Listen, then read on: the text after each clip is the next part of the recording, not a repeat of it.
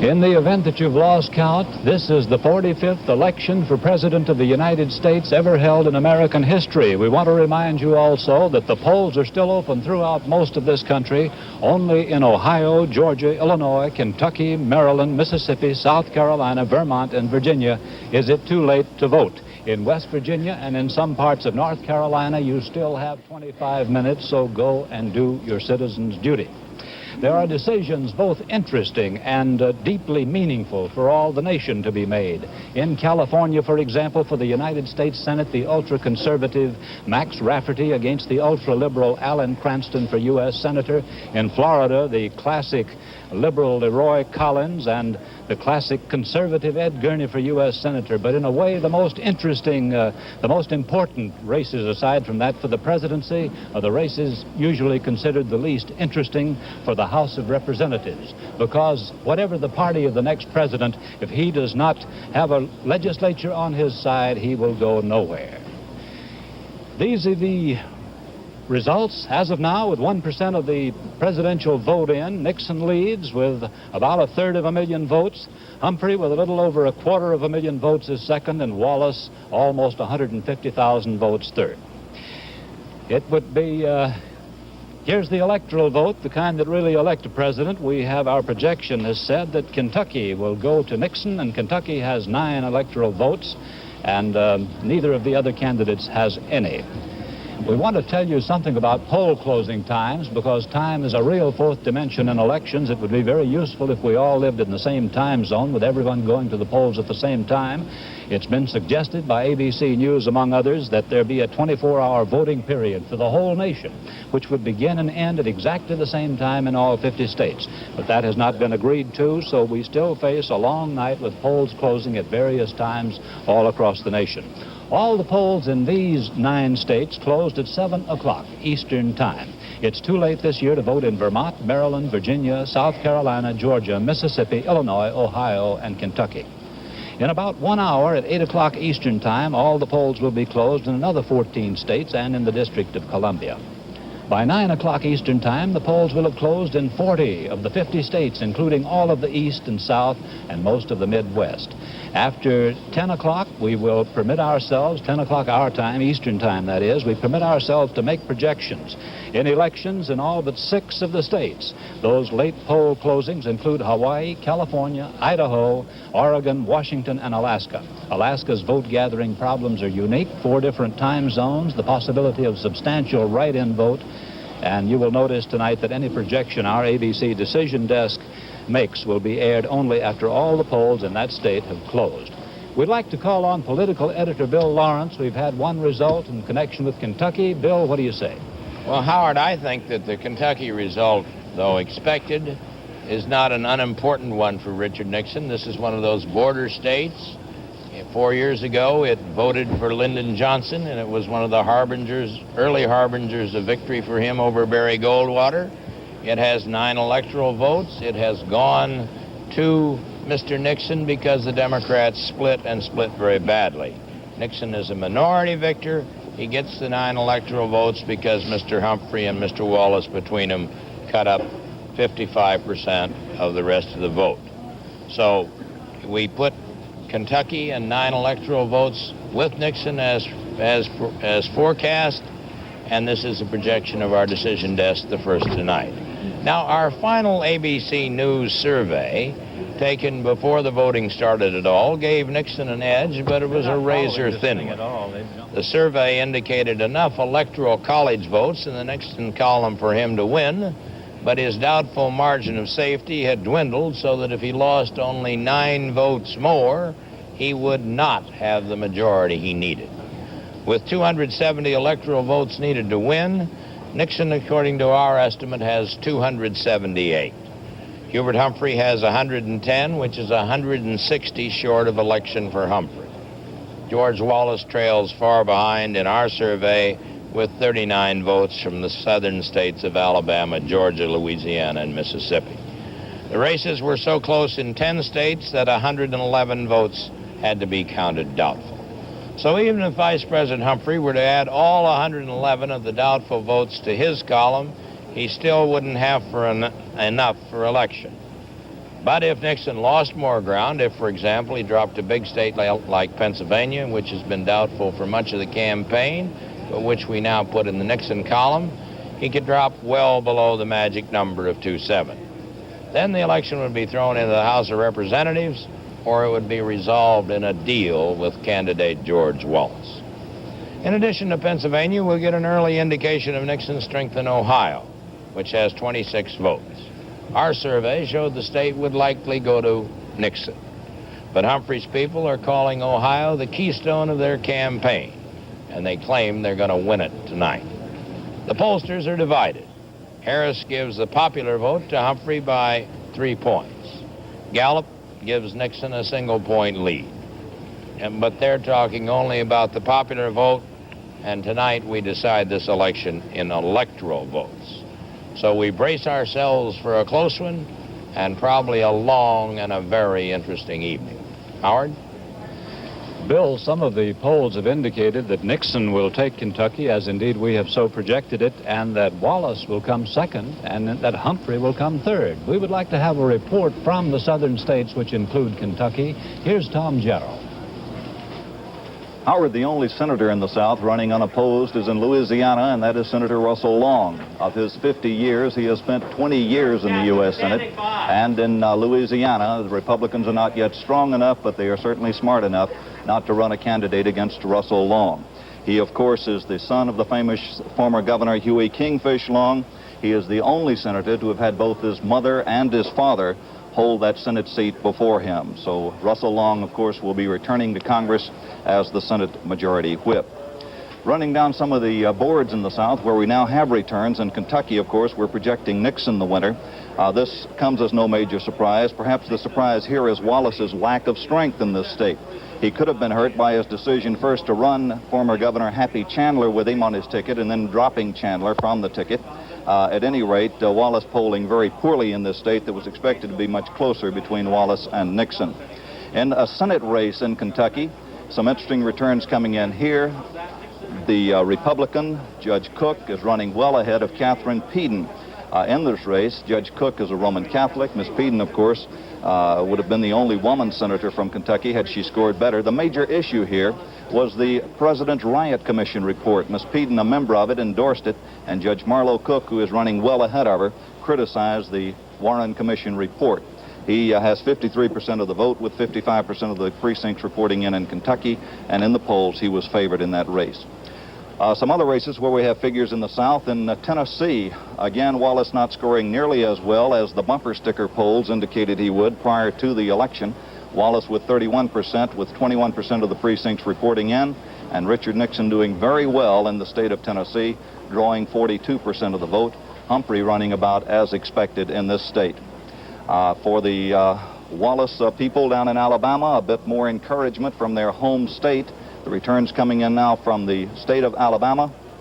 We have some early returns, and they are indicating that George Wallace is polling about 74% of the early vote there in his home state. Some other Senate races we'll be watching very closely tonight are in Arkansas, where veteran Senator J. William Fulbright is seeking his 5th term. He, of course, is one of the most outspoken doves on the Vietnam issue, and he has his toughest opposition to date in the person of Republican Charles Bernard. Bernard, making his first race, has never held office before.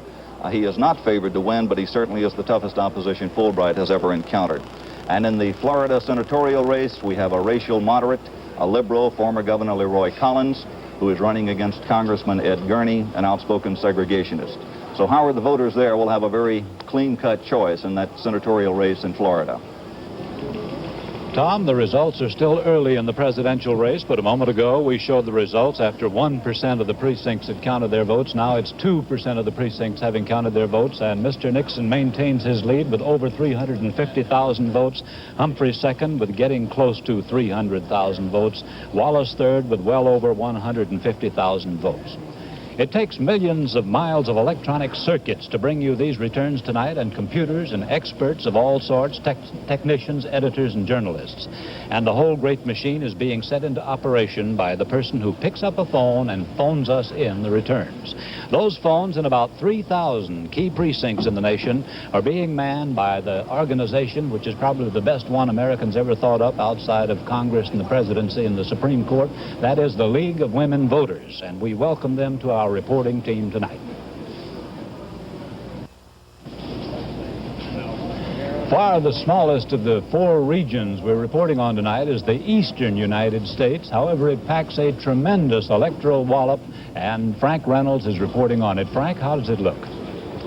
Well, Howard, as you indicated, the East does pack a tremendous wallop, 142 electoral college votes. But as of this moment, most of the polls in the East are still open. The only thing registered on the boards are very early returns from the state of Vermont, with only 1% in, but nevertheless they can be considered probably a forerunner of things to come in Vermont, where Mr. Nixon is leading 67% to 29% for Vice President Humphrey. Senator Aiken in Vermont is unopposed. He is already elected. As a matter of fact, he was nominated by both parties. The Midwest is another area that we're going to be watching very closely tonight, especially that state of Ohio. There are 157 electoral college votes in the Midwest, and we have returns now from the state of Kansas, where Richard Nixon is running ahead of Hubert Humphrey. That is as expected. And you'll note, too, in the senatorial contest in Kansas that Republican Robert Dole is running in front of Democrat William Robinson for Senator Frank Carlson's old seat. And Dole seems likely to capture that seat. However, there is another evidence of split ticket voting here. The Democratic incumbent governor, Robert Docking, is leading Republican Richard Harmon. And the Democrat, Governor Docking, is expected to run ahead of his ticket, but most of the pundits do not see his coattails as being big enough to provide a margin of victory for Vice President Humphrey in Kansas. In the Ohio contest, the Ohio turnout was very big today. It's expected to exceed 4.2 million. Mr. Nixon at this moment has a lead, 51% to 39%. It's probably too early, with only 1%, to decide whether that Wallace support shown there, 10%, is going to remain consistent throughout the evening. There was a very heavy turnout in Cleveland today. In the Ohio senatorial contest, you see the Republican State Attorney General William Saxby is running 55% to John J. Gilligan, the former congressman's 45%. There has been evidence of a big, heavy turnout throughout much of the country, and that's especially true in the Midwest today. Chicago will cast 1.5 million votes, that's 88%, and suburban Cook County will cast more than 840,000, that's 92%. Extremely high turnouts. It appears that Mayor Daley got out the vote in Chicago, Democratic Chicago, but the suburbs, which are usually helpful to the Republicans, also registered a very big vote in the suburban Chicago area. That's it for the East and Midwest right now. Howard? Well, Frank, nobody has crossed the 500,000 mark in the presidential contest yet. Nixon still leads substantially with 382,000 votes, nearly 383,000. The Democratic candidate Hubert Humphrey second, 314,000, and George Wallace, a fairly respectable third in vote count, 175,500. In terms of percentages, here's the way it looks. So far, Nixon has 44% of the votes counted, and Humphrey 36%, and George Wallace, just what the polls early predicted he would get before an alleged decline set in, 20%.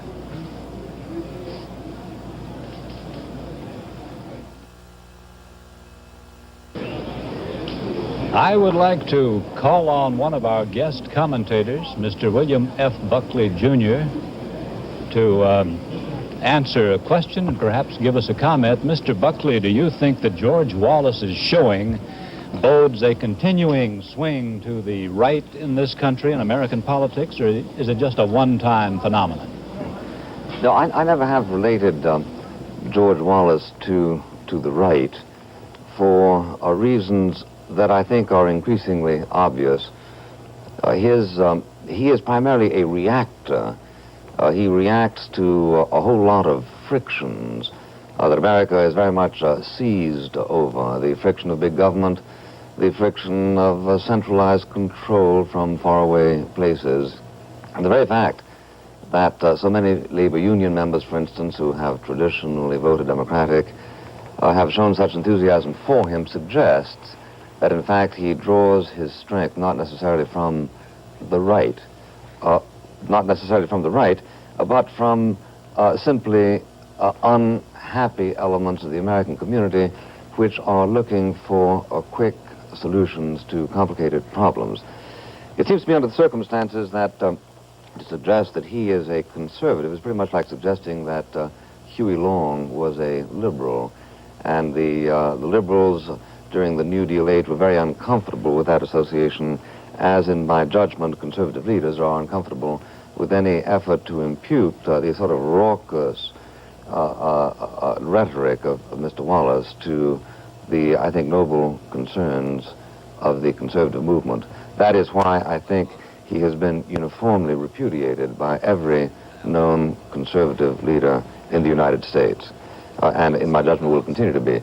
So whatever is going on with Wallace, it is not, in my judgment, a movement of the right or a conservative excrescence. That sounds logical. But Wallace is the phenomenon of this year. It's remarkable that a man from a region should get such a wide following nationally. I'd like to ask Mr. Vidal now. Mr. Vidal, do you think that George Wallace is an enduring phenomenon or a one-time thing? I think that what he represents is enduring. As long as there are going to be these frictions in our society, particularly racial frictions, the problems in the cities, there will be those who react violently, those who react to the 20th century, those who react to a world they don't understand. And whether Wallace continues to carry the banner or not is a moot point. I suspect he hopes to. I think indeed that there will be a permanent party of the right wing, though it may not be conservatism in its purest form. Nevertheless, there is an element in conservatism which does react against the century in which we are unhappily located. And I suspect that Mr. Wallace and people who think like him will be with us for a very long time and will figure in subsequent elections. Thank you very much, Mr. Vidal. But these early results are coming in mostly from the Atlantic seaboard states, though some are inland. We've already projected Kentucky, won by Nixon, but most of these come from the Atlantic seaboard states, and they're worth watching because if Humphrey doesn't come out of the eastern states with a very big vote, he is going to be in trouble as the poll closing time rolls westward into the Middle West, then into the Rocky Mountains, which are Nixon country. So watch Connecticut, also watch Massachusetts for a negative index. Massachusetts should go Democratic. If there's any sign that Massachusetts is not going Democratic, then you'll know that Mr. Humphrey is in trouble. Those are the two states to watch in these early returns, Connecticut and Massachusetts. That's the national election 68 story at 25 minutes after the hour. These figures is that from the first moment any figures at all appeared there, just a couple of thousand, they were in that same proportion. Nixon led by just about what he's leading by now, and Humphrey was second in about the same proportion, and Wallace was third. Let's see how the percentage votes look. In percentage, now Nixon has 43% of all the votes counted so far. Humphrey has 35% and Wallace 22%. But as you know, it's not these votes, but electoral votes that elect a president. And here are the only electoral votes we've been able to tabulate so far tonight. Nixon has 9 in the state of Kentucky, Humphrey still none, and Wallace none. We would like to make a tour of our headquarters of the three main candidates. First, we go to the Waldorf Astoria Hotel here in New York, and Keith McBee. Jazz festival picked up. Boy, those guys, you know, they busted. They come and I say, you know, you all set? You know, anything we can do for you? You know, anything we can do? Ready. Miami, the same way. That is the face of Keith McBee, and his lips are moving, but the sounds are not coming across from Richard Nixon's headquarters here in New York. I think we're going to try to get in touch with the Humphrey headquarters. I think Lou Ciaffi is reporting at the Humphrey headquarters. Can we try that now? Well, Howard, for the time being, Humphrey headquarters is right here in Waverly, the Humphrey home. It's a cold, blustery night with some snow falling. I think you can see it. The Vice President spent a rather quiet day today after he voted early this morning following his return from Los Angeles. Even took his suit to be pressed to a local cleaner's. Later tonight he will go down to election headquarters, which is the Leamington Hotel in downtown Minneapolis. And there very optimistic Humphrey workers are planning all kinds of victory celebrations with 90-piece orchestras, little combos, pretty girls, all kinds of alcoholic beverages and soft drinks and all the rest of the things that go into the victory celebrations. In any event, the Vice President and Mrs. Humphrey are still at home. They're getting dressed now, and they're going to have a private dinner with some old friends here in the Waverly area at Waverly Lake before heading downtown to a suite in the Leamington Hotel where they'll watch the results of this election. I think now we'll go down to Peter Jennings, who's with the Wallace campaign in Montgomery, Alabama. Well, Lou, this is the Garrett Auditorium in Montgomery, where later tonight we can expect thousands of people to come enjoy George Wallace and Curtis LeMay in what Wallace will surely interpret as a victory celebration. Win, lose, or as is possible, draw. Wallace was very confident when we talked this morning that much of the nation has turned Southern in outlook, and that this was only the halfway point. His movement would be nurtured and pushed on from here. This morning, the governor drove 80 miles to his boyhood home of Clayton, Alabama, to vote. He was warmly greeted by the townspeople there. Tonight, he's just across the road from us in a motel watching the returns on national television. General LeMay will join him when he flies back from California after having voted there. The mood here is rather an unjudgeable one at the moment. There simply aren't enough people. There was a great cheer just a few moments ago when one of the networks gave Mississippi to George Wallace, as was expected. There's no particular mood here. It's just calm. The one concession to optimism would have to be the cases of champagne that have been carefully tucked away no matter what. This is Peter Jennings at Montgomery, Alabama, Wallace headquarters. We'd like to tell you something about how we get the figures you see on all our boards. At one time in the pioneer days of gathering election results, the raw vote, and that's what we're adding up here, the competition was keen and everybody got a different set of figures, not because each network was wrong, but because they were strong in different areas. CBS would report one total, ABC another, CBS a different one, NBC another. The United Press figures from New Hampshire would come in faster than the Associated Press ones, and the AP figures from Arizona would come in faster than the UP's. Well, some time ago, the 5 news-gathering organizations of the nation decided at least to have the raw vote in common so they wouldn't confuse the public. They formed the News Election Service. Tonight, the News Election Service about this time, Melvin Newsom of Collinsville, Virginia, will walk, or he will run, to a telephone near the voting place at Horse Pasture Precinct in Henry County, Virginia. And when the operator has placed his election call and he hears NES, go ahead please, Melvin Newsom will report the votes for the Horse Pasture Precinct. There will be 125,000 such calls tonight.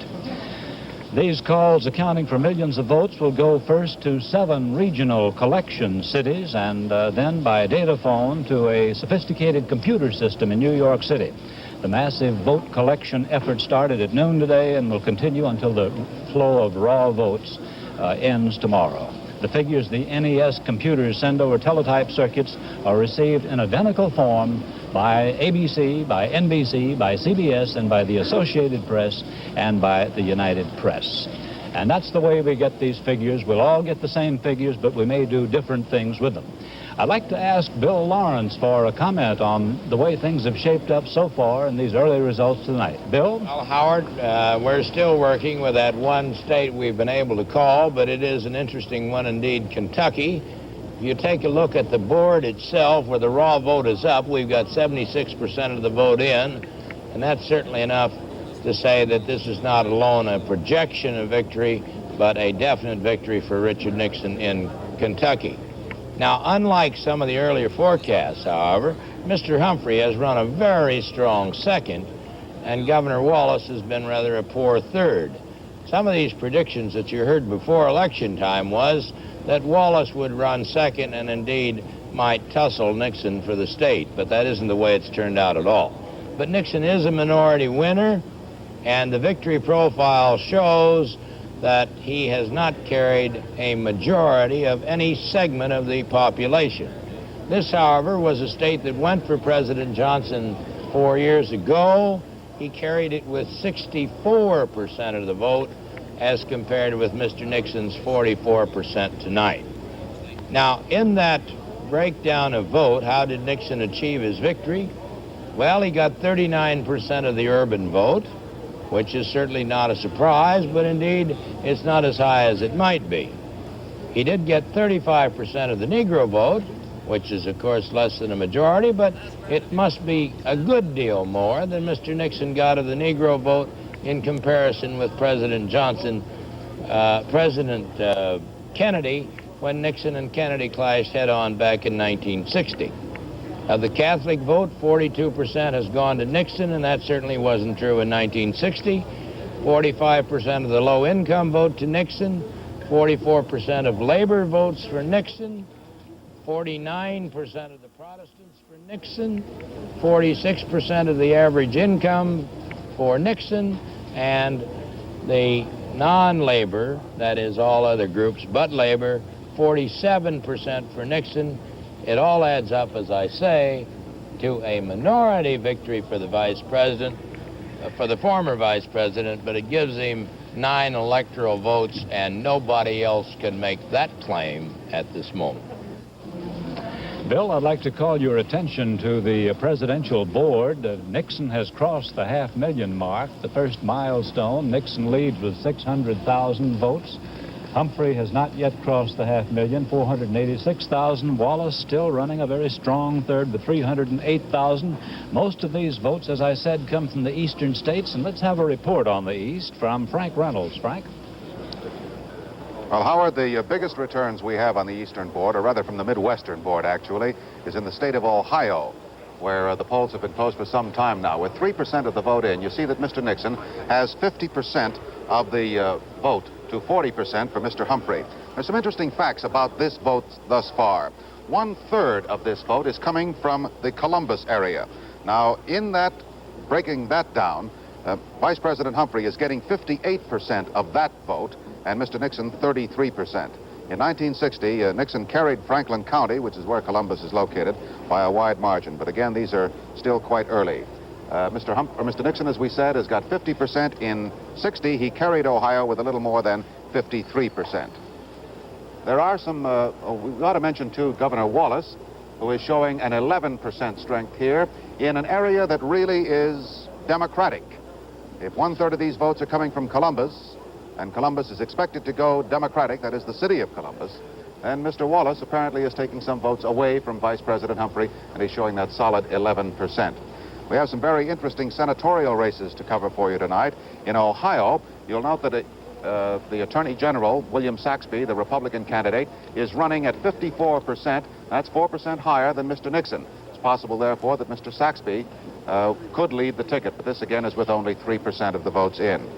Other senatorial races to be interested in and to watch very closely tonight will be in Connecticut, where the incumbent Democrat Abe Ribicoff is facing a challenge from Republican Edwin May. We're expecting about a 90% turnout here, about a 90% turnout.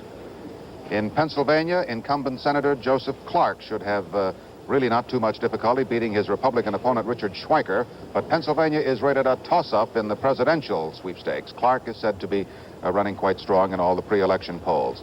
The Illinois senatorial race, we have no returns as yet, but practically nobody is anticipating anything except a big victory for Senator Dirksen, the minority leader. The Oklahoma Senate, we have no returns as yet on the race for between Senator Mike Mulroney, bidding for a 3rd term. He's facing a very strong challenge from Henry Bellman, a former governor. And we also have on our boards now some figures from Kansas showing that Mr. Nixon is running at 56% with 3% of the votes in. He's getting 56%. And that, of course, is to be expected, too. Howard? Frank, without derogating from the importance of any of the states, the 7 major states are the ones to watch. Nobody, I think, in recent times has ever won an election without carrying 5 of those 7. So we'll watch that.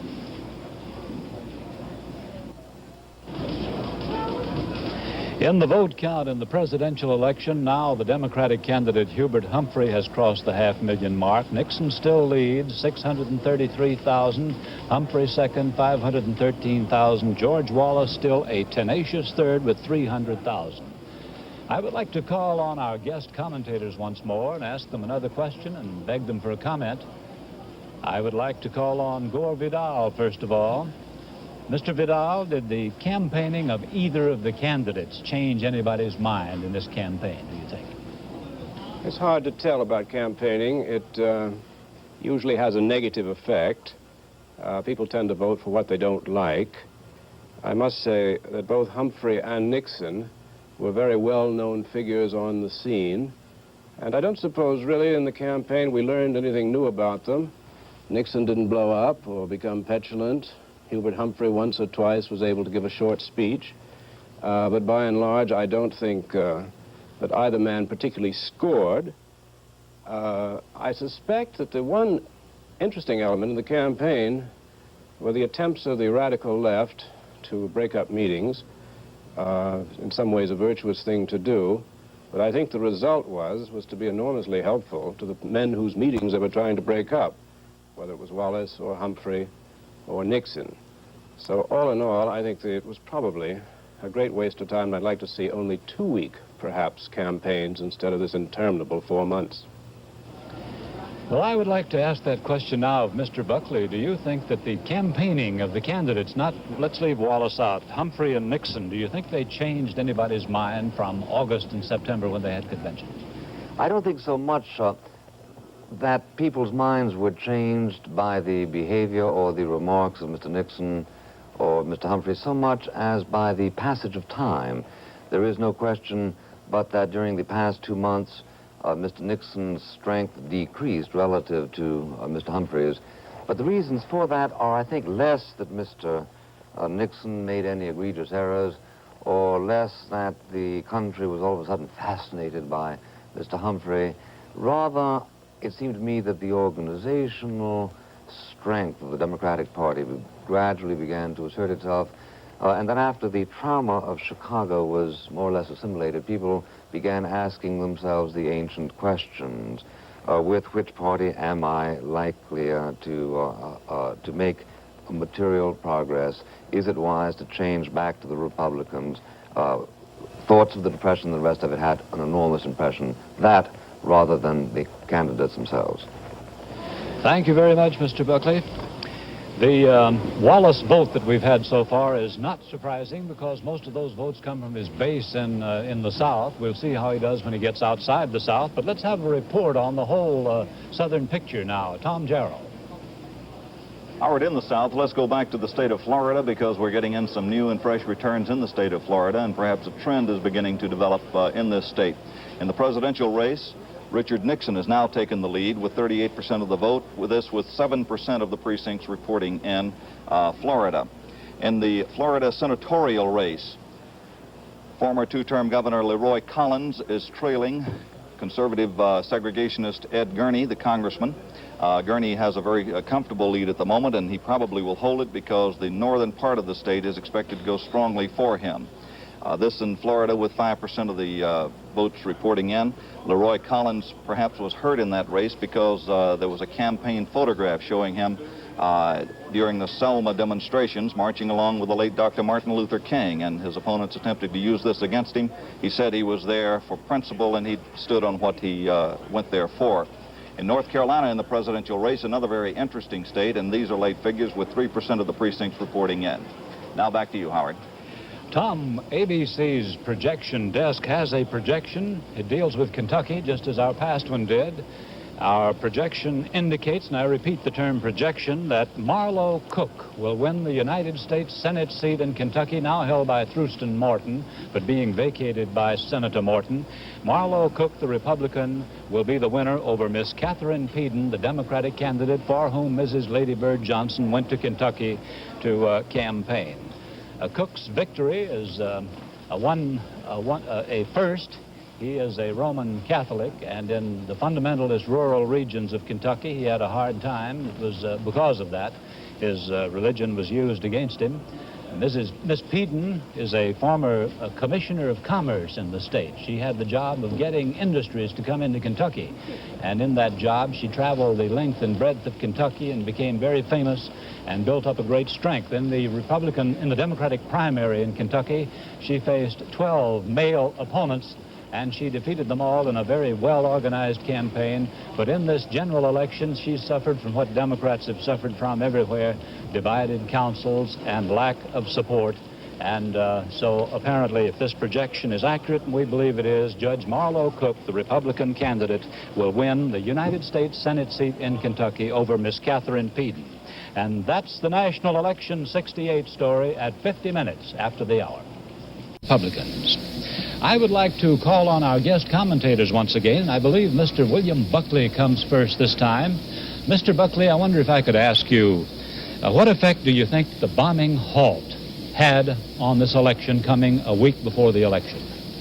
It seems to me likely that the bombing halt being called, when it was called, tended to confirm a lot of people's suspicion that the President of the United States is, or rather can be, highly cynical in his deployment of political affairs.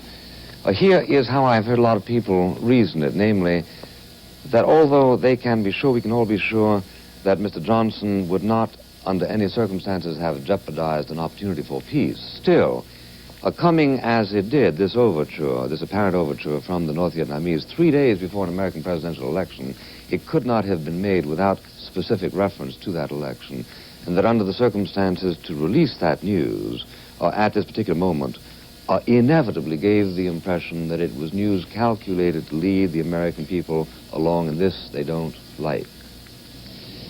Mr. Buckley, it's, I think Nixon dissented from that, did he not? Did he not say that he thought this was not a political move by the president? I think he did, and I think that he was almost bound to do so. I'm not bound to do so since I'm not running for president yet.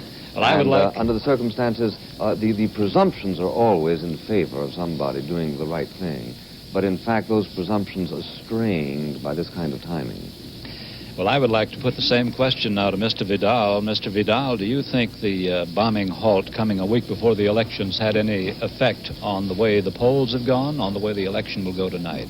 I don't think very much. Of course, Mr. Nixon is often bound to say things that he does not mean. We have been through this before. I suspect Johnson was certainly hopeful about the election, but he did it so very late, he did it so very crudely, he did it so very obviously, that it has worked out to have been, I don't think, of much use to Hubert Humphrey or to the Democratic Party. And there are those who feel that Johnson perhaps may have deep down inside a greater affinity to Richard Nixon than he does to Hubert Humphrey, who might possibly repudiate his war policy. Also, I think, finally, we must remember one interesting statistic, which is that 62% of the American people, we live in the age of polls, we worship pollsters, 62% of the American people did not want a bombing halt. So therefore, what Johnson did, in effect, was something which is not popular and obviously of no use to his candidate.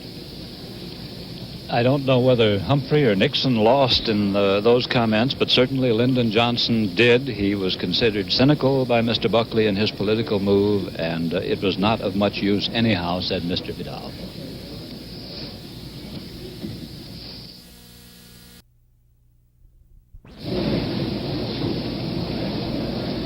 Hubert Humphrey maintains his new won lead in the presidential race with about a quarter of the nation's precincts having reported in. Humphrey has 8.25 million votes to Nixon's 8,161,000, Wallace 3 million and about 500,000. And now in percentages, let's see how that vote is shared. Nixon has a shade under 41%, Humphrey has a shade over 41%, and George Wallace still 18%. Perhaps we can take a look at the electoral votes, the kind that really elect presidents. Nixon still leads in electoral votes, but Humphrey has come closer to him than he's been tonight. Humphrey now has 90 with those big states that have just been projected as his. And Wallace is third with 39. He hasn't advanced much. Possibly he won't advance a great deal more. We would like to continue the conversation we were having with Gore Vidal, our guest commentator. I wonder if Mr. Vidal could come in and answer that question again that I had put to him. The virtues, the positive strengths of the two main candidates, Humphrey and Nixon. Well, Howard, before we were were rudely interrupted by Senator Muskie in Maine and the rather thrilling to me news from Pennsylvania. I was going to say that in a business-minded country, Nixon has enormous virtue, is that he's in perfect harmony with people who have money and who have paid for his campaigns and who paid for the $20 million for this campaign. I think there's a remark once made by Senator Robert Taft, who said that the Chase Manhattan Bank controls the Republican Party. He said that rather bitterly. But there's a certain amount of truth in it, that to a degree the banks call the tune of the Republican Party, and as a result, and this may be a strength for Mr. Nixon, the banks have decided that the Vietnam War is bad for business. So I think, in a way, Republican presidents have much less freedom in foreign affairs than Democratic presidents. So I have a suspicion that Richard Nixon, should he be elected president tonight or tomorrow morning, might wind up the war rather rapidly. That, to me, is a good idea. As for Hubert Humphrey, I think he's a man of good heart. I think domestically he is first rate. He understands the problem of the poor. He understands the problem of the black. He was a good mayor. He's done much creative work. He certainly talks too much. He cries too much. He didn't look very good for 4 years as Lyndon Johnson's captive, but at the same time, who knows who could survive that extraordinary experience. So in any case, I think that he is a strong man domestically and a virtuous man, and hopefully he will be able to answer revolutionary times. Anyway, we were talking about, can presidents be nice men? I think Hubert Humphrey is a nice man. I'm sure he's sorry not to meet that qualification of failing to be nice. As you can see from that board with nearly half of the precincts of the nation reporting in, Humphrey has increased his lead. He now has 16,125,000 votes to Nixon's 15,365,000 votes. It is a lead getting on towards 800,000 votes. A big one. George Wallace has 6,256,000, far the biggest vote any third-party candidate has ever won in the history of the United States. Let's look at how this splits up in percentages.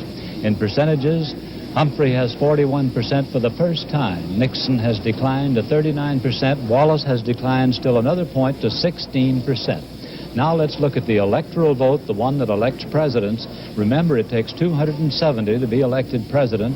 Humphrey leads with 180, Nixon next with 160, Wallace 45. But listen to this lower mathematics. There are only 153 electoral votes left to share out. Nixon has to get 110 of that 153 to win. Humphrey has to get 90 of that 153 to win. And if neither gets those figures, then it goes to the House of Representatives, where it will have to be decided by a vote of the delegations to the House. And they will probably, we can guess, have a hard time and take a long time in deciding. Meanwhile, the Senate determines who will be the vice president. The Senate, with an overwhelming Democratic majority, will doubtless elect Edmund Muskie. And so on Inauguration Day next year, we may see Edmund Muskie, the acting president of the United States, waiting for the House of Representatives to decide this vote. But I'm dreaming. I'm way out ahead of it. Let's go now to Nixon headquarters here in New York, in the Waldorf Astoria Hotel, with Ted Koppel reporting. This wild party atmosphere in the background can be somewhat misleading. On the surface, everything is as you see it down there, wild enthusiasm and optimism. It may still be too early to say that the Nixon camp is breaking out in a cold sweat, but there are certainly a few moist palms around now. Occasionally, cheers go up from this crowd down there as Nixon victories are projected in certain states. But the cheers have kind of a hollow sound because they refer to states where, for the most part, Humphrey was never considered to have a chance. I think it's fair to say that the Nixon people are as worried now at this particular time as they have been at any time during the campaign. This is Ted Koppel at Nixon headquarters. Pride in the state of Idaho. We told you a while ago there are only 153 votes left to share, electoral votes, to choose a president with. And Nixon has to get 110 of that 153 if he's to win without this going to the House of Representatives. If Humphrey can get 90 of those, he will win without it going to the House. If neither makes that figure out of the very few remaining, 153 remaining, then this election will have to be decided for the first time since 1825 by the House of Representatives, each state's delegation in the House voting as one. And that is going to be a very interesting prospect, but I wager it will hasten the reform of the electoral process. The Electoral College never made any sense, and it became defunct and troublesome almost as soon as it was introduced in 1800, when there was a tie for president and it had to go into the House. It took 36 ballots for Thomas Jefferson to win over Aaron Burr. One more projection, the state of Utah, its 4 electoral votes will go to Richard Nixon. That, too, is not a surprise. We're moving now, and I think people who think that Humphrey may win this had better watch out for this. We're moving now into Nixon country. We're moving through the Middle West. We haven't seen Ohio and Illinois yet. They're very powerful states with a lot of wallop in electoral vote. Then we move out to the far west, California, the second biggest electoral vote state in the Union, and then all the... I interrupt myself. We're down in Montgomery, Alabama. George Wallace, his running mate Curtis LeMay. They're standing on the podium there. George Wallace, his children. Wallace is not going to win as he predicted. I don't think many people thought he would, but he certainly has accumulated the biggest vote by far of any third-party candidate in American history, and he may succeed in throwing the presidential race into the House of Representatives due to the votes he has subtracted. In this case, probably subtracted them from Richard Nixon. There's the big Confederate flag. I think that is that's in Montgomery, Alabama, and that is the Garrett Coliseum in Montgomery, Alabama. We have a reporter there, Peter Jennings, and we want to try and establish contact with Peter. Peter, can you hear us? Yes, I can hear you, Howard. What's going on? Well, Howard, George Wallace, as you can easily see, has just arrived with his running mate, Curtis LeMay, Mrs. LeMay, and George Wallace's mother. What you're seeing, the picture at this very moment, is a very empty auditorium here at the Garrett Auditorium. It holds about 50,000 people. Not nearly that many turned up tonight to see George Wallace. The young, attractive lady beside the governor is unidentifiable, but he is easily identifiable. Curtis LeMay, his running mate, who came back here this evening from California after voting. And there, of course, is probably one of the most characteristic gestures that the governor has had throughout this campaign, that small, jerky salute. Dick Smith, the great whopper. Now we're going to hear some of the ceremonies for a very small crowd here in Montgomery. I'm proud tonight to welcome to our state a great and distinguished American, General Curtis LeMay.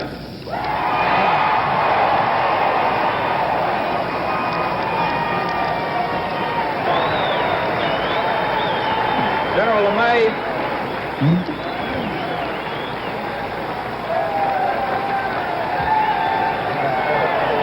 crowd here, Howard, by the way, I wasn't referring to you. This crowd here has just been whipped into enthusiasm by the playing of Dixie by Sam Smith and the official party band that has traveled with the crowd. General LeMay, from the return, it has been very quiet. What the people of Alabama think about the presidential team of Wallace LeMay.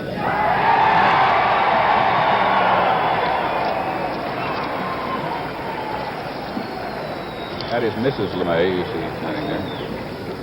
And on behalf of the people of Alabama, I want to express our appreciation to you for joining with Governor Wallace to stand up for America. General LeMay.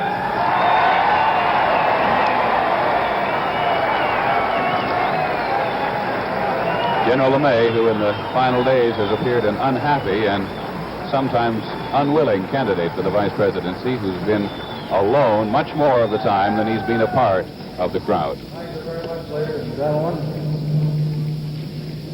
I think it's a little bit early to talk about the results of the election as yet.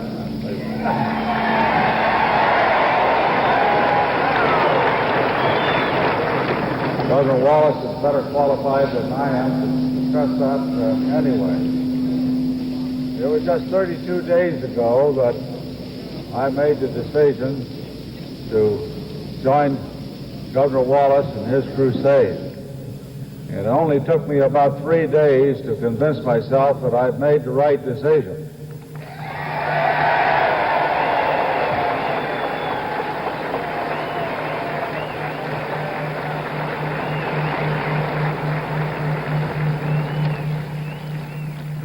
I have spent a long time, over 2 months,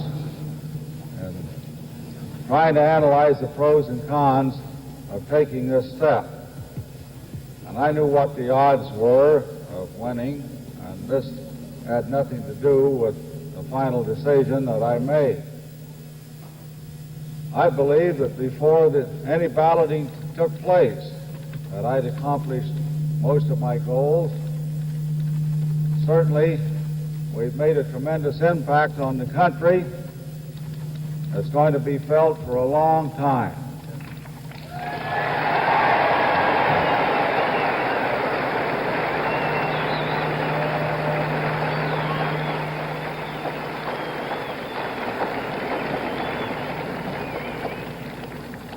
If you add the popular vote of the American Independent Party with the Republican Party, the last figures I saw came nearly 60% of the American people who are dissatisfied with the trend towards socialism that we've encountered in the past 8 years.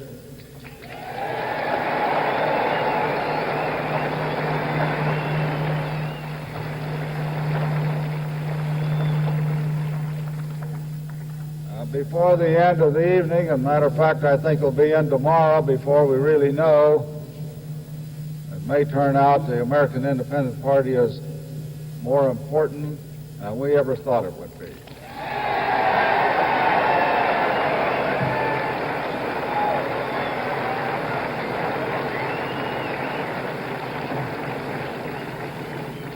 Mrs. LeMay and I want to thank all of you for the wonderful support we've received. And we certainly have enjoyed meeting many, many wonderful people during the campaign. We both thank you.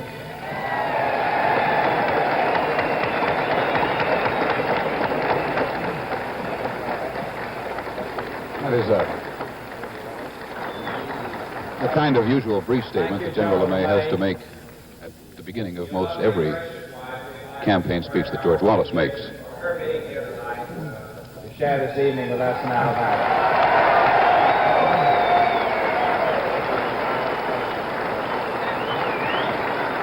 General LeMay, as far as we know, will be definitely unemployed after this campaign. He lost his job on the West Coast. The only rally that Governor Wallace had in the state of Alabama, and from the election results, it must have been a most successful rally, Governor.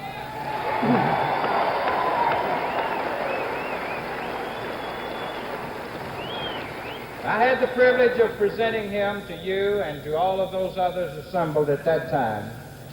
And tonight it's a great honor and privilege for me to again present to a group of devoted and loyal followers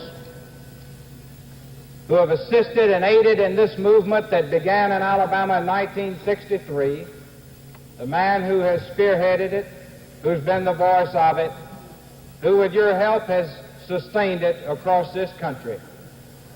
Our friend, the former governor of Alabama, the Honorable George C. Wallace.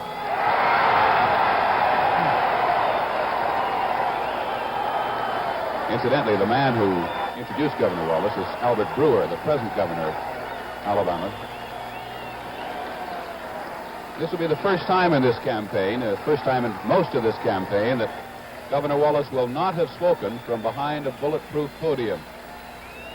And you see more of him tonight over the top of his podium than you usually see of him.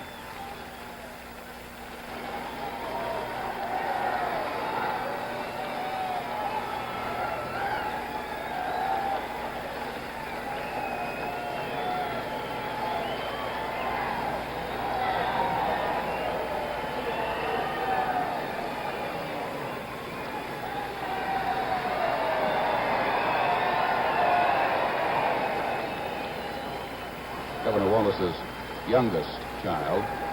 He is moving over to one side of the stage and has now just disappeared to the other. I want to thank you, Governor Brewer, for You're not only being with us tonight, but the support you've given to our movement, which is part of your movement, that of the people of Alabama. And as General LeMay said a moment ago, the election, of course, is not over. And I think everybody understands that at the present time.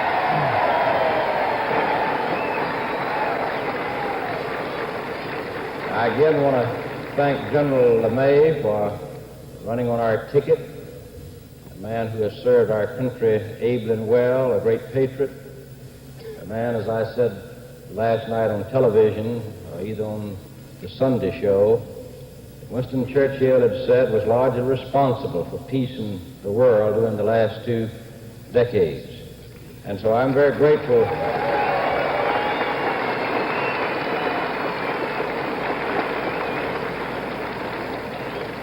A man who helped defeat the Nazis and the fascists in World War II and helped to save at least 1 million lives in that conflict by bringing an end to it, the Empire of Japan.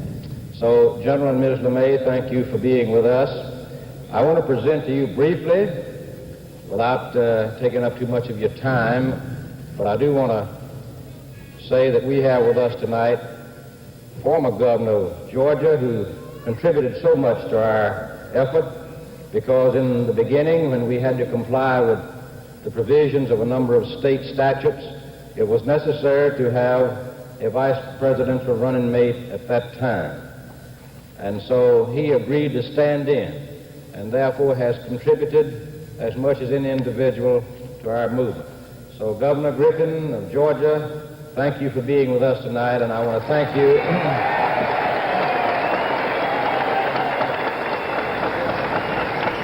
Our projection desk makes these projections. Frank Church, the incumbent senator, will regain his Senate seat in Idaho or hold on to it. Warren Magnuson, the incumbent Democratic senator in the state of Washington, will hold on to his seat in the United States Senate, and the Republican Senator Wallace Bennett of Utah will hold on to his seat in the House, in the Senate. Another first for Negroes tonight. Democrat Louis Stokes, brother of Cleveland Mayor Carl Stokes, has been elected to Congress from Ohio's 21st District. It is a predominantly Negro district. His opponent was a Negro, and this will be Ohio's first Negro congressman.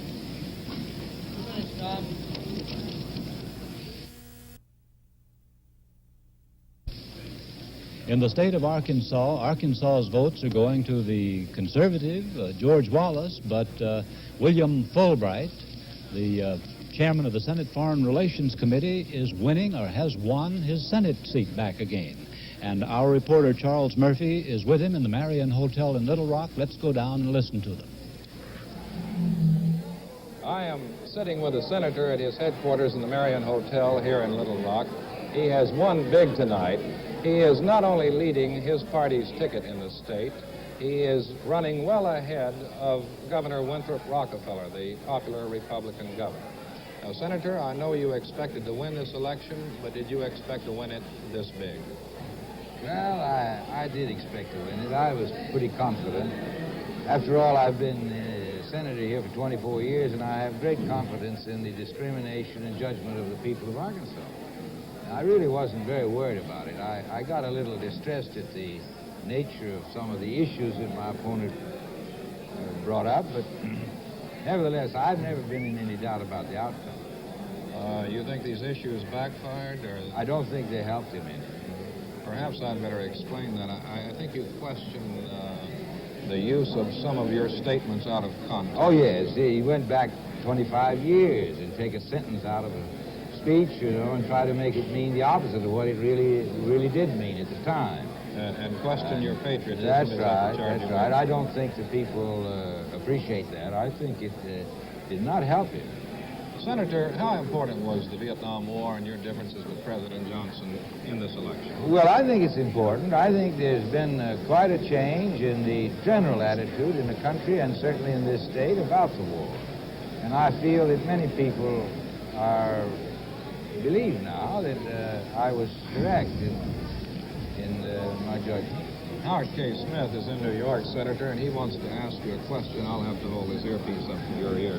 Senator Fulbright, first of all, congratulations. And second, I would like to ask you how you estimate the next Congress will be. The last Congress gutted the Fulbright scholarships. Do you think you'll get them restored? I can't quite hear. Howard, he can't quite hear you. If you would give me your question, I'll repeat it to him. I said the last Congress gutted the Fulbright scholarships. Does he have hope that they'll be restored by the next Congress he'll be a member of?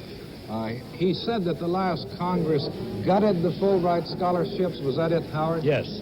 And he wonders if they will be restored by the next Congress. Yes, they cut it a little over 30%, but a very much deeper cut in the countries in Western Europe.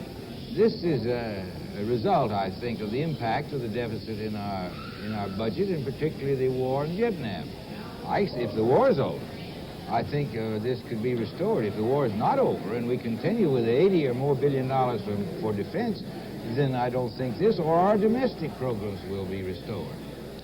Senator, back to my question on your differences with the president in the war. Are you saying that your views, which were once, I think, a minority view in this state, are now accepted by the majority? I believe so, and the polls show that, and I think that's true.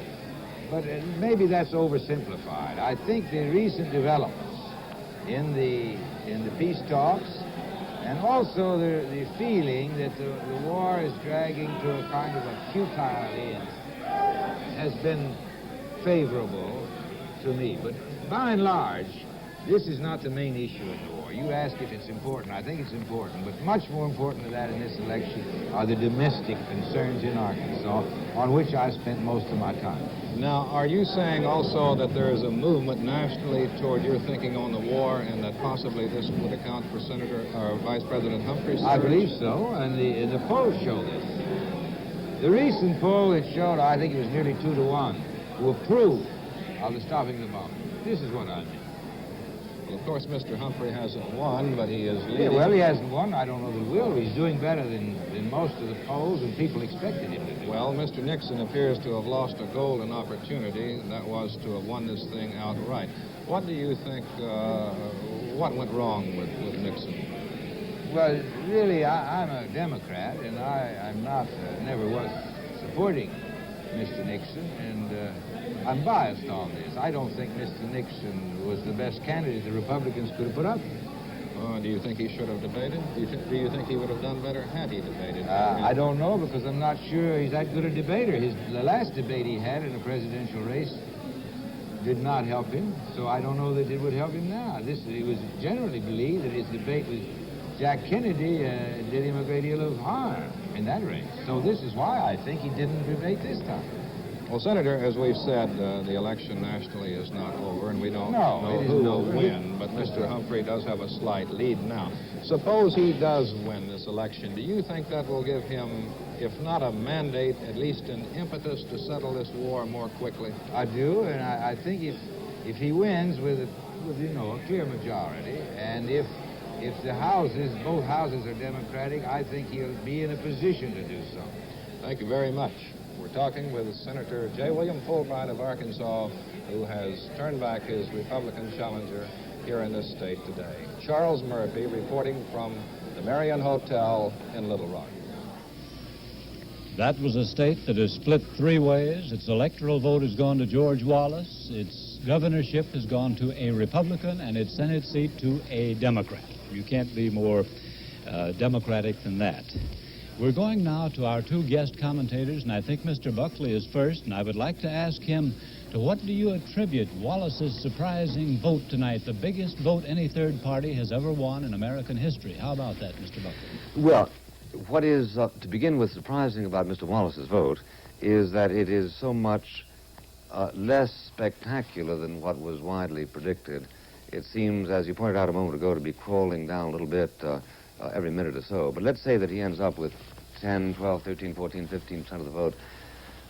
Nevertheless, that is a substantial vote. And there are reasons for supposing that, number one, he got it in part because he has a base in the Deep South, in parts of the country that do very much fear that the Negro will end up dominating a regime which up until that moment has been securely white, at least since the end of the Reconstruction. Also, he is in favor of law and order, and I have no doubt that his direct approach to this particular problem widened his appeal far beyond the reaches of racism. Third, of course, he is and stands against some of the unnecessary complications with which people, in effect, urge on America its general impotence to cope with any problem. And finally, and by no means least, there is a sense in which there is an anti-establishment flavor in the Wallace vote, which is the direct complement of the vote for Senator McCarthy. Mr. Vidal, I would like to ask you for your assessment of this very large vote, even though it's not as big as the polls originally said, this huge vote for a third-party candidate who was a regional man, who is not an outstanding orator, who does not have a specific program. How do you account for this huge vote?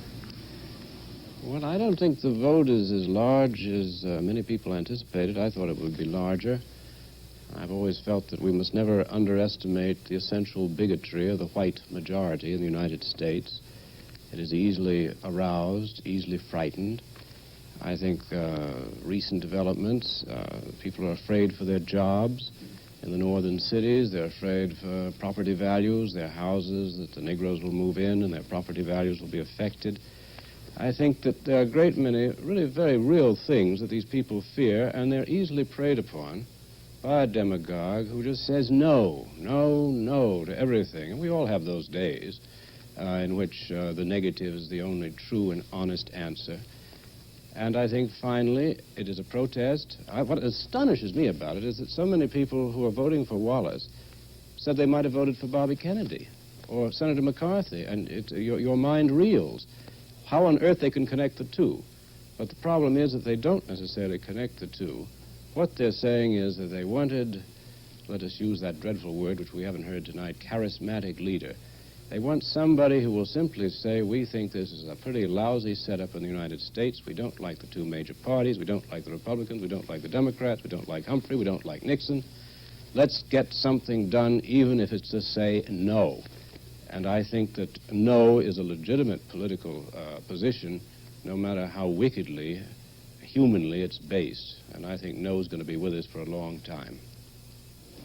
Well, Mr. Vidal, the voters of Pennsylvania have apparently said no to Senator Joe Clark, the liberal Democrat who holds the seat in the Senate from Pennsylvania now. We project that, I think his name is Richard Schweiker, four-term congressman, has been elected in Pennsylvania over Joe Clark.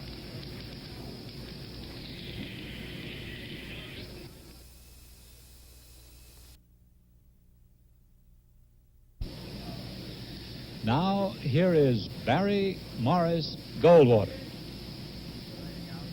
Because of all of you people and the way you've worked and the dedicated way in which you've kept at this has enabled not just me to realize a victory, but the greatest Republican victory that the party has ever had in the territory or the state. We are winning elections that, frankly, even the contestants didn't think they could win.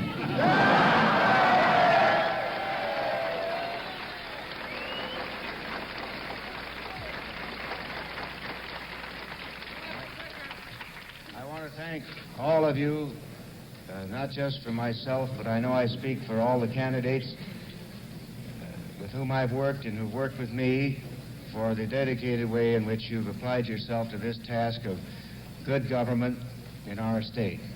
I want to thank my wife, Peggy, who unfortunately hasn't been able to be with me through this campaign, but now that she's hearing again, I don't know whether I'm well off or not.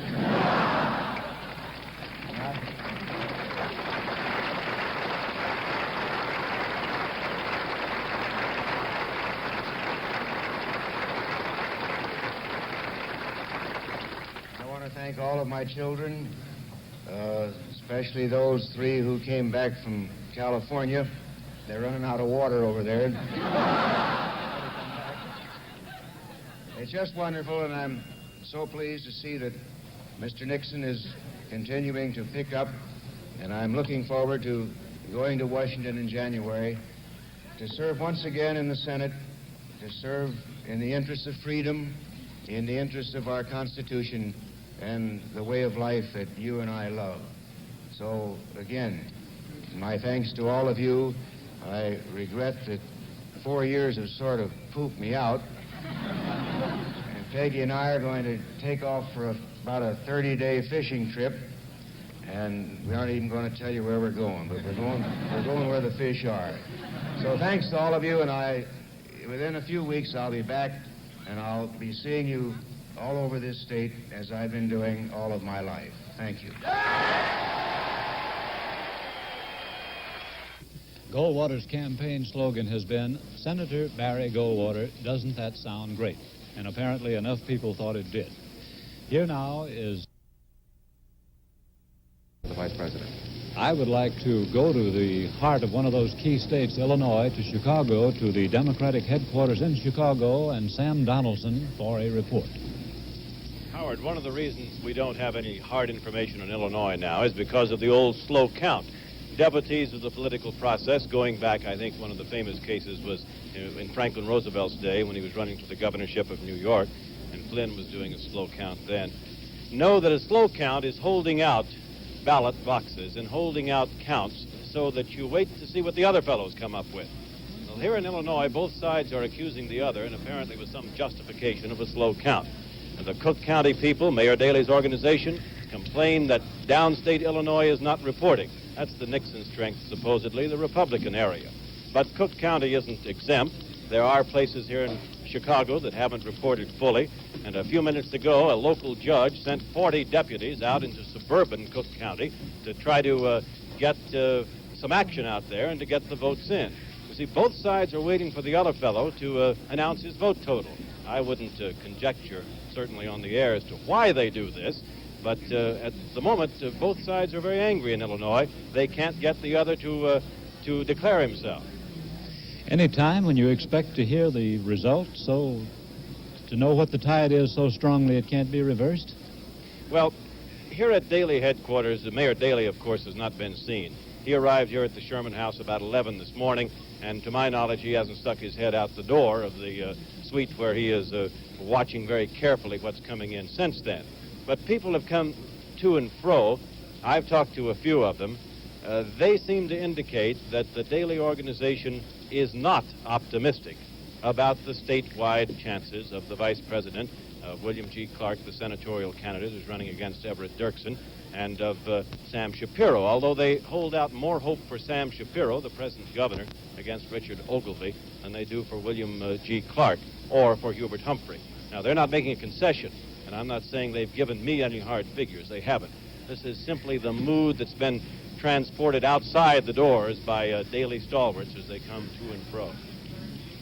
Well, Sam, that's a key state, and we'll probably be back to see you after a while. The state of Illinois, the state of Ohio, and then the state of California. If you add those votes from Wisconsin, where Nixon is expected to lead, this could be a very tight Nixon win. It's 18,000 for Gregory.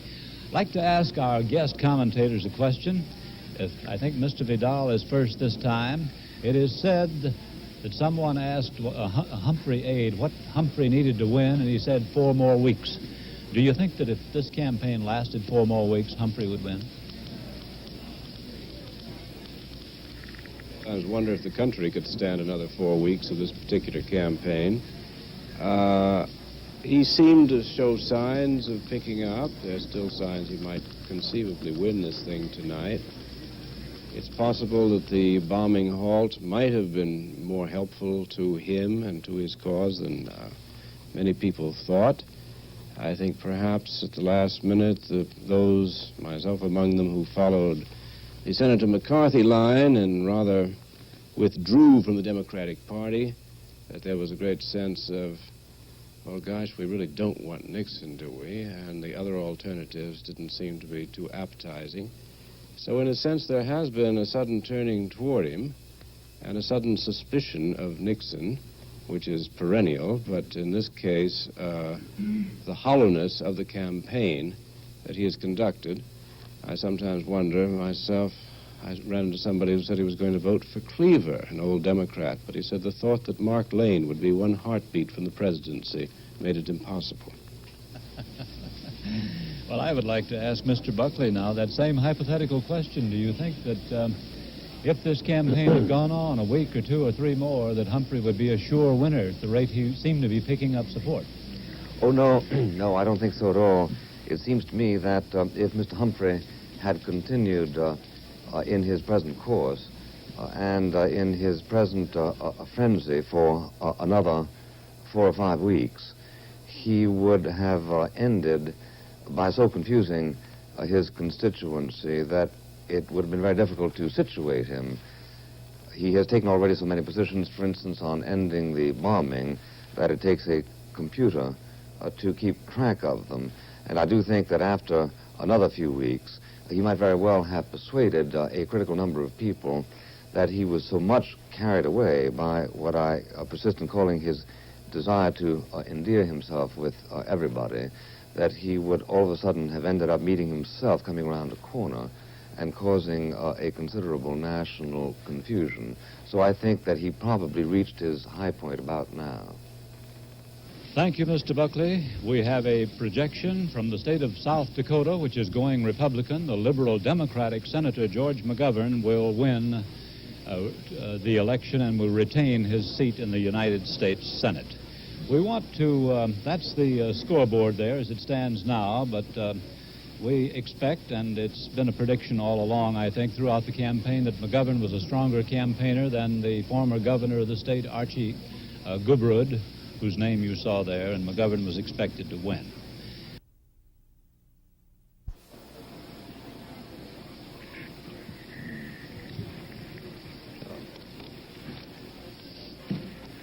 Let's review the states now which each candidate has carried. Richard Nixon has collected his 261 electoral votes in 29 states. They're Florida, Indiana, Kentucky, New Hampshire, Colorado, Tennessee, Virginia, New Mexico, Kansas, Vermont, North Dakota, South Carolina, Arizona, Iowa, Wyoming, Nebraska, Delaware, Oklahoma, North Carolina, Nevada, Oregon, Idaho, Utah, South Dakota, Montana, New Jersey, Wisconsin, Ohio, and California. The 193 electoral votes for Hubert Humphrey in 13 states and the District of Columbia, and here they are. Humphrey's carried Connecticut, the District of Columbia, Maine, Massachusetts, Michigan, Rhode Island, West Virginia, Minnesota, Pennsylvania, Missouri, New York, Texas, Hawaii, and Washington State. George Wallace has carried 5 states with 45 electoral votes: Mississippi, Alabama, Georgia, Louisiana, and Arkansas. The 3 states not yet officially in either the Nixon or the Humphrey column are Illinois with 26 electoral votes and leaning towards Nixon, Maryland with 10 electoral votes leaning towards Humphrey, and Alaska with 3 leaning towards Nixon. The ABC decision desk has just projected that Mike Gravel, the Democratic candidate for the United States Senate, will be the winner of that Senate race in Alaska, despite a write-in vote from Senator Greening, who occupies the seat now. He defeats Elmer Rasmussen, the mayor of Anchorage, reputed to be the wealthiest man in Alaska, in a fairly tight race. So Gravel is the senator. A Democratic senator replaces a Democratic senator. We want to go to Washington now and to the Republican headquarters and Bob Clark. Well, Howard, some Republicans in Washington are waking up with headaches this morning, despite the fact that they're apparently going to put their man in the White House. The biggest headache of all probably belongs to Jerry Ford, the House Republican leader, who hungered mightily to become Speaker of the House. The latest projection would indicate that the Republicans are going to pick up something less than 10. At the moment, they have a net gain of about 3 House seats. Jerry Ford had hoped to gain at least 30, which would have made him Speaker. There's a rather classic irony in this, in that Jerry Ford and one of his principal lieutenants in the House, the chairman of the House Republican Conference, Mel Laird, are probably the 2 most pragmatic Republicans in Washington. They had worked as hard as they could behind the scenes, and there are still untold stories about this, at Miami to weld together the Nixon and Rockefeller wings of the party. More than anything else, they wanted a winning ticket, and they held out hope to the end that somehow they could get Governor Rockefeller on that ticket. They didn't, of course, succeed, and one thing we might speculate about this morning is how much effect it might have had if you had had one of the big vote pullers in the number 2 spot of the Republican ticket, whether it had been Nelson Rockefeller or John Lindsay, someone who might have given Richard Nixon just enough extra octane to carry the House Republicans to victory also. This is the Republicans in the House will survive. They'll get along. They have their man in the White House, but they'll be about 20 votes at least short of enough to rule the White House. They'll have to go on dickering, making deals with the Southern Democrats. They're good at this. They've done it for a long time, and they'll get by with it. But they're not going to be able to control the House. Jerry Ford isn't going to be Speaker of the House, and that's why he has that big headache this morning. Thank you, Bob. This is, we're back here in New York. Bob, does anybody indicate when they expect to hear from Illinois, the final result? They ought to know. Powerful in that state. We're in a standby situation down here. They're obviously waiting for word from headquarters, and headquarters as of now is the Nixon command post in New York City. You're not going to get another beep out of anybody down here until Richard Nixon decides whether it's time to issue a victory statement from New York City. Well, your sharp ears have doubtless noticed that we haven't had any beeps down here either. Richard Nixon went to bed early and hasn't been seen or heard from. But we'll go on following these results ourselves. We're putting key precincts into computers, and we hope that eventually the result will be sure enough to announce and to go ahead and decide the election one way or the other. And we'll be in touch with you when we do. Thank you. Let's take a look at the boards now and see how the election count stands. That was Bob Clark, who lingered with us. We were always glad to have him with us for a long, long time. But let's see how the popular vote looks on the board now. With 88% of the precincts in, I'm inclined to think there are more than that there now, because Nixon's gone over the 28 million mark. 28,073,000 votes. He leads by about more than 250,000 votes. George Wallace third with nearly 9 million.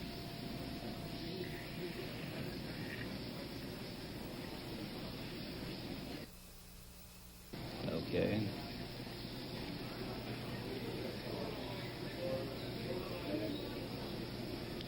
ABC's decision desk announces this projection: Nixon will win the 26 electoral votes of Illinois, and with that will win election to the presidency of the United States with 287 electoral votes. I'll repeat that. According to our decisions desk, our projection is that Nixon will win the 26 electoral votes of Illinois. The votes, he said, lost in the election in 1960 have won it for him in 1968. And that puts him over the top. It takes 270 electoral votes to win. He will get 287 with that. The figures that we're talking about are, well, I'll have to get some words on how those figures are drawn up. These are almost illegible. But we can call on Bill Lawrence now for an explanation of this. Well, Howard, the election has gone as we have expected it to for at least the last hour and a half. Mr. Nixon has carried the state of Illinois. He now has 287 electoral votes. I'm sure he will also carry Alaska, that his final total will be 290. I think in the final analysis that Mr. Humphrey will carry Maryland with its 10, but we won't know that perhaps until Thursday.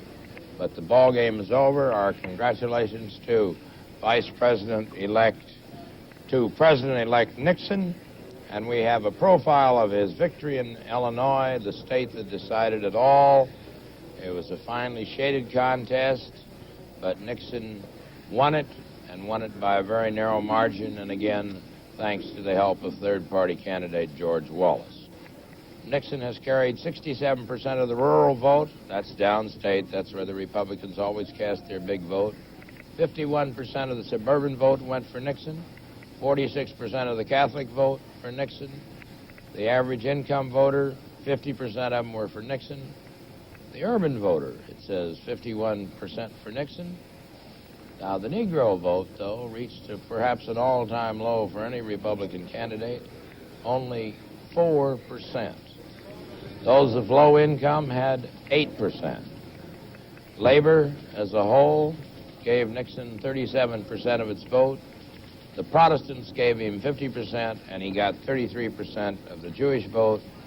And at the same time, we are also advised that Senator Dirksen has carried Illinois over Attorney General Clark, and so the majority leader returns back to Washington. He's a welcome figure there. We in the press corps there, we don't play party politics. We like Ev Dirksen, and we're glad to have him back. This again, no reflection on Mr. Clark, who ran against him and gave him a tight race, but Ev Dirksen's one of the delightful people of Washington. And you find him on a very large number of bipartisan issues, standing foursquare with the administration, especially on foreign policy affairs. So, as far as I'm concerned, Howard, the big story is that Nixon has won it. He's won it with, I guess, 290 electoral votes, where he credited him for sure with 287. He needed only 270 to win. The vice president has 193 now. It will perhaps go to 203 if he carries Maryland, as I expect. And Wallace stands with 45 and his 5 states. Wallace has failed in his gamble to force this contest into the House of Representatives, where he could make his deal beforehand, or he could make his deal, as he said on Issues and Answers last Sunday, on a variety of subjects with the kind of people who thought like he did. In other words, somebody who would adopt his kind of platform, his kind of non-enforcement of civil rights laws, his kind of appointment of different kinds of Supreme Court justices than we now have. At the same time, we have a victory profile for Dirksen's victory. Dirksen carried 73% of the rural vote, 38% of the urban vote, and Dirksen got only 9% of the Negro vote. That's a surprise. Labor went 42% for Dirksen, and the Protestant vote was 57% for Dirksen. The low-income voter, Dirksen got only 10%. The Catholic vote, he got 52%. And suburban Illinoisans voted 59% for the minority leader, Everett McKinley Dirksen, who will be back in Washington for another 6-year term. So, Howard, it's been a long, long night, but at long last we have a conclusion, and Richard Nixon is the president-elect of these United States. Howard? Nixon has, with Illinois' projection in his favor, 287 electoral votes. Presumably he'll get the 3 from Alaska. It's doubtful he'll get the 10 from Maryland. Those are the only ones remaining, and that elects him President of the United States. In 1960, he lost Illinois by a mere 8,000 votes, and he felt that Illinois had cost him election in 1960. Now, in 1968, it is the same state which has given him the election with total of 287 electoral votes. At 8:15 Eastern Time, ABC's Decisions Desk announced the projection that Nixon would win Illinois and give him the necessary votes to go over the top in this presidential election, which, so far as we're concerned, is now settled. And that's the National Election 68 story at 25 minutes after the hour. Okay.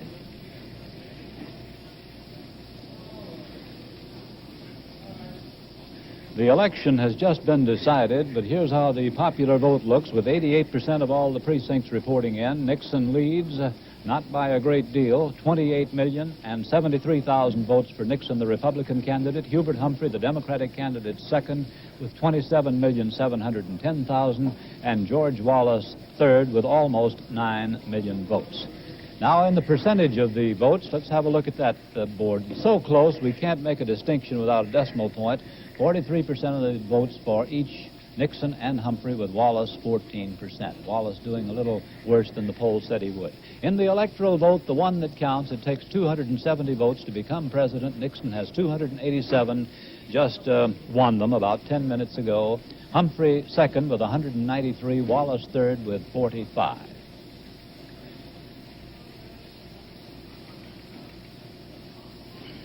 Now, Bill Lawrence, there aren't many precedents for a man coming back like this and winning the presidency after losing it and spending 8 years in hibernation, are there? Well, indeed, Howard, in the history of the two-party system, no two-time candidate has a candidate who has lost once and been renominated has ever been elected to the presidency.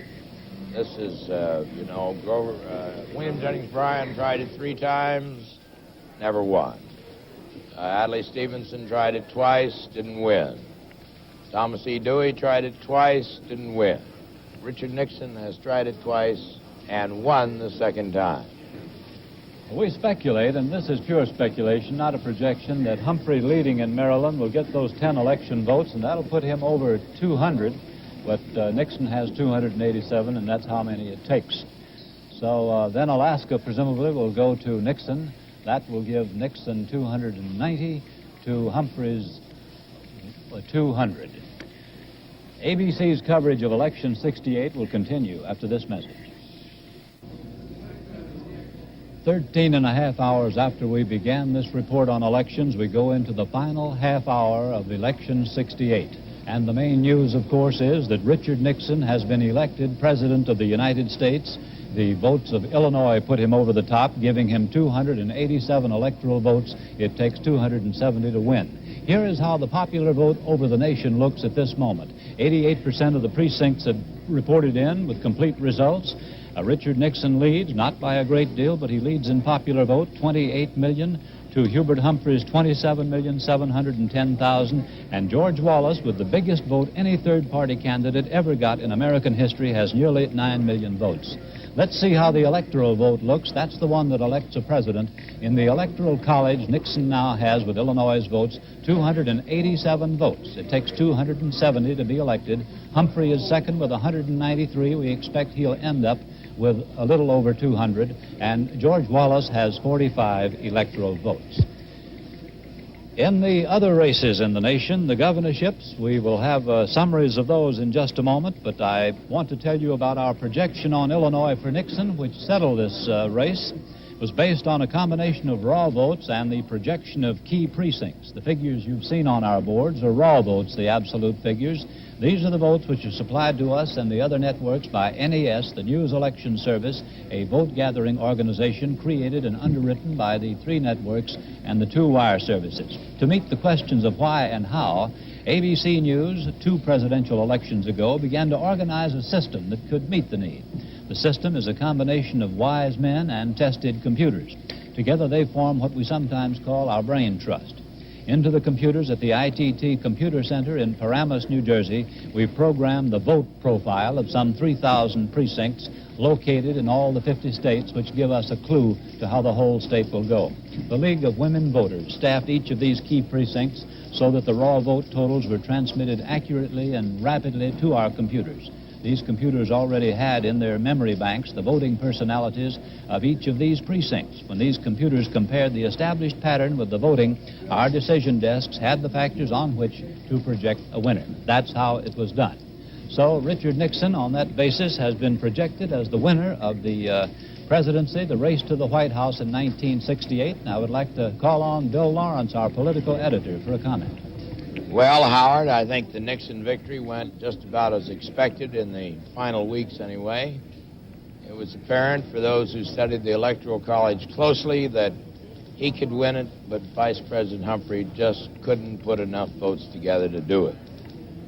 As much as I talked to leading Democrats and as we surveyed all the electoral vote possibilities, never at any time in our discussions could they find any more than, say, about 220 electoral votes for Mr. Humphrey, and that was giving him all the breaks that they could think of at that time. Nixon, on the other hand, had the electoral vote moxie. He did suffer, I think, some decline in popular vote in the last few weeks of the campaign. He, in his own words, the famous phrase he made up himself, he peaked too soon. But I don't think that the spread was anything like the 10 million votes that George Gallup says it was between October and tonight's election. On the other hand, Lou Harris was much closer. He said that Nixon never trailed by more than 5 or 6 points. Gallup had Nixon ahead by as much as 14 or 15 points at the peak of the Nixon strength. Humphrey did come on strong at the end. The popular vote, as we have shown you time after time tonight, is still virtually a dead heat. They are not divisible by exact percentage points. They both have about 43%. And as we expected, George Wallace did not run as strong as the pollsters said he would earlier. He got only 14% of the vote instead of 20% as they had suggested. Tonight there were a few surprises. Humphrey was slow to start, but when he started, it looked like he was going to carry all of those big industrial states with the potent electoral power. He swept through Michigan, through Pennsylvania, through New York and Texas. But it was only when he got to Ohio, Illinois, and California that he was stopped short of victory. He winds up finally with about 203 electoral votes. I'm assuming he carries Maryland, where he has a lead now, and there remain 33,000 absentee ballots to be counted. We assume that Mr. Nixon will carry Alaska. This will give him a final total of 290 electoral votes, and anything over 270 is pure gravy anyway. He needed 270 to win, and that's what he got, plus 20. So that's the way the election has gone tonight. Nixon had a few surprises for him. He ran very strong in some of these southern states. He denied them to George Wallace. He carried Florida, for example, and Tennessee, which we had considered doubtful. And indeed, he, in those states, it was Humphrey who ran second, not Wallace, especially in Florida, where the Wallace threat just simply didn't materialize, but it was enough to give Nixon a victory over Humphrey in a traditional Democratic state.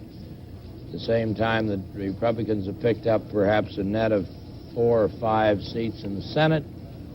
They have a net gain as of this time, in my reading, of only 3 seats in the House.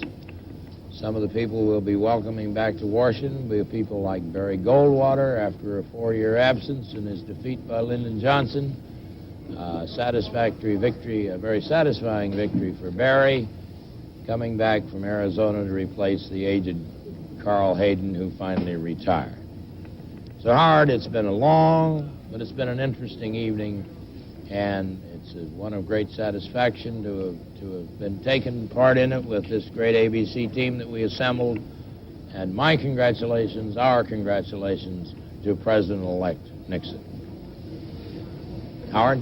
Well, Bill, the main result is on the board behind me. Nixon has won the presidency of the United States with 287 electoral votes, 14 hours after the vote count began. We'd like to go over the other results. There's a certain sameness about it. Small gains by the Republicans for the governorships. The Republicans on that board, you can see the present holders of state houses. At present, they're called old there. In fact, they're still present. 24 Democratic governors, 26 Republican governors. Well, you can see on the line above, the Republicans have gained a net gain of 4 state houses in this election. In the United States Senate, the present composition of the Senate is shown by that lower line, 63 Democrats, 37 Republicans. And the upper line, I don't believe, is quite complete. 58 Democrats and 41 Republicans. In fact, I believe the Republicans have a net gain of 4 places in the United States Senate as well. 4 governorships and 4 places in the Senate. And the House of Representatives, according to our count, well, there's the old House, the present House, 247 Democrats, 188 Republicans, and it hasn't changed drastically. It looks as though the Democrats have lost 5 and the Republicans have gained 1. Well, that's not what my totals show. They show a net gain of 4 seats in the House of Representatives for the Republican Party, a net gain of 4 governorships for the Republicans, a net gain of 4 places in the United States Senate. Now for a report from the South and the Western states, here is Tom Jarrell. Howard, summarizing, here are some of the key races tonight, some that had some suspense to them and some that were surprises as the night and morning drew along. That big suspense, of course, in the West was in California, where its 40 electoral votes would go. It took us 8.5 hours before we had a projection on Richard Nixon, and our projection is holding true now with 93% of the precincts reporting in. Richard Nixon has 48% of the vote, and he's expected to widen that gap just a little more as some of his strength in the southern part of the state begins to be tallied. In the state of Washington, we had a slight surprise, not a great deal, but this state was expected with its 9 electoral votes to go to Richard Nixon, but it is Humphrey State, one of the few in the far west, along with Hawaii, that he has taken. And a race I think everyone is probably interested in, that's that Senate race in Arizona for Carl Hayden's seat. Barry Goldwater has claimed that for the Republicans. Mr. Conservative will be returning to Washington, and he, of course, plans to be the ranking newly elected senator in Washington when he returns there after the first of the year. In Oregon, we still have a race that's too close to call. Robert Packwood, a dynamic young campaigner going against the old warhorse Wayne Morse, who at 68 was challenged for his age by Packwood, who is 36. Morse was expected to be reelected, and there's a good chance he still will because some of the key precincts that hold his votes still have not been tallied, so that race still too close to call in the Oregon Senate race. In New Mexico, in the gubernatorial race, also now we have 95% of the precincts in, and incumbent Governor David Cargo has slipped off to a slight lead. He'll need to hold it to beat the challenge there of Fabian Chavez. In Texas, in the presidential race, we had a little bit of a surprise tonight in that this race was expected to go to Richard Nixon, but President Johnson, along with a coalition of Democrats, liberals, and conservatives in the state, managed at the last moment to swing Texas with its 25 electoral votes to Hubert Humphrey early in the evening. That was one of his key states. In West Virginia, in the race for governor of that state, the Democrats had the state house, but conservative Republican Congressman Arch Moore has now apparently won this race. He has 96% of the precincts in. We have projected him the winner. He has 51% of the vote. This, too, was nip and tuck all night, and Moore apparently was successful in his decision to leave Congress and seek the gubernatorial position here. So those are the key races in the South and in the West as we've watched them tonight. The Wallace campaign, of course, in the South failed to materialize outside of that of a regional candidate carrying the 5 Deep South states that he was expected to carry. And without the bargaining power that he was hoping to get by being the spoiler in this election, I suspect that it will take much of the wind out of the sails of the Wallace campaign. Okay, Howard, that's it for now. Thank you, Tom. The election is over, but the story of Election 68 is not. After we leave our Studio 1 here, our ABC News staff will continue to cover this story. We'll interrupt our regularly scheduled programming today for any newsworthy event in connection with these elections. We will most probably be hearing from Mr. Nixon and from Vice President Humphrey. We'll be back with more on Election 68 after this message.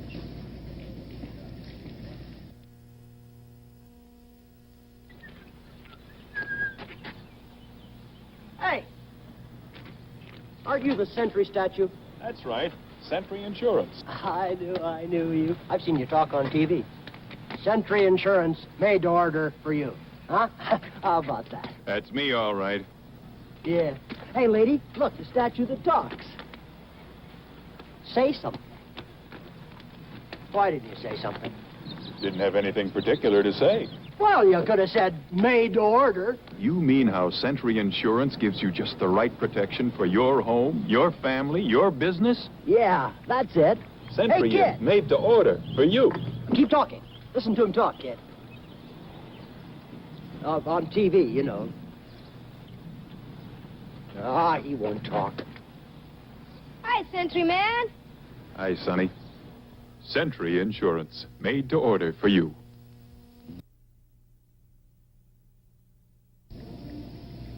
Well, Nixon has the presidency by the vote you see behind me. I would like to make one closing comment. The kind of country he inherits, the candidates and a lot of people in America have tried to talk us into believing we're very sick. Yet, if this is sickness, who needs health? A couple of weeks ago, sick Americans completely swept the Olympics until it began to seem as though the Star-Spangled Banner had become the Olympic anthem. A week ago, we learned that Americans swept all the Nobel Prizes for science. At this moment, our personal incomes, the highest in the world, are rising. Unemployment has not been this low since 1945. We have some inflation, but it's the least inflation of any Western industrial country.